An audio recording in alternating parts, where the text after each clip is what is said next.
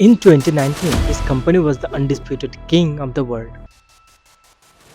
It wasn't a tech giant like Apple or a bank like Goldman Sachs. It was a real estate company, but its founder told the world it wasn't just real estate, it was a state of unconsciousness, and his company would elevate the world's soul. And Wall Street believed him. At its peak, WeWork was valued at $47 billion, more than Airbnb, more than SpaceX. But in just 33 days, it all evaporated. Everything collapsed. This is the story of how a charismatic cult leader convinced the smartest people in the room to buy into a dream that didn't exist. The year is 2010. The world is still reeling from the financial crisis. New York City is full of empty office space and a new generation of freelancers who have nowhere to work but noisy coffee shop. Here enters Adam Neumann. Neumann wasn't a typical CEO. He was a serial entrepreneur who had previously tried to sell baby clothes with knee pad, a company called Crawlers. It failed, but Adam had something more valuable than a product. He had an incredible, almost supernatural ability to sell a vision. It started with a simple idea: rent office space, make it look cool, then lease it to startup. That's it. Alongside his partner Miguel McKelvey, he launched the first WeWork in Soho. The vibe, glass walls, craft beer on top, neon signs saying hustle harder, and a sense of community. But Adam didn't want to build a business. He wanted to build an empire. He started telling investors that WeWork wasn't just renting desks, it was a physical social network. He compared WeWork to Amazon. He said, "We are not a real estate company, we are a technology company." Why did this matter? Because real estate companies are boring. They have low profit margins, but tech companies, they get massive valuations. By simply changing the vocabulary, Adam added billions to the price tag. He sold a dream. The investors believed him, especially one name, Masayoshi Son, the head of $100 billion SoftBank Vision Fund. In 2017, Masayoshi met Adam for a 12-minute tour of WeWork. 12 minutes. That's all it took. Masha handed him a check for $4.4 billion.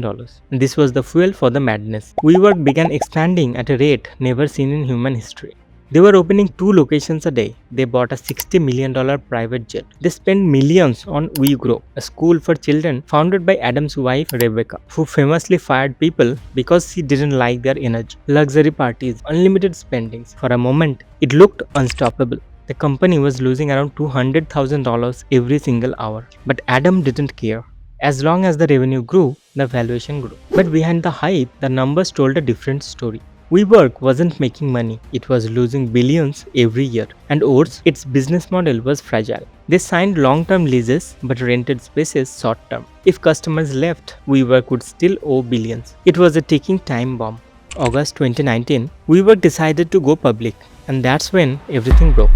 Their financial documents were released and the truth came out. Massive losses, questionable spending, and bizarre leadership decisions. Like Adam personally owned buildings and then rented them back to WeWork. He even trademarked the word "we" and sold it to his own company for millions. Suddenly, the technology company mask fell off. Investors realized this was just a real estate company with a massive ego and a terrifying burn debt. In weeks, the valuation crashed from $47 billion to $10 billion, then $8 billion, and finally, the IPO was cancelled. Adam Neumann was forced out.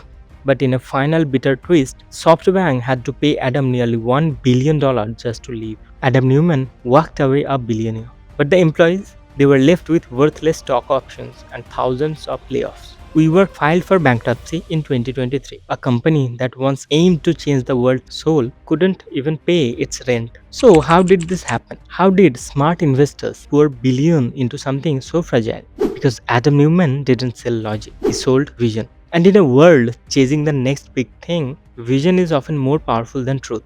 Investors weren't buying WeWork, they were buying what they hoped it could become.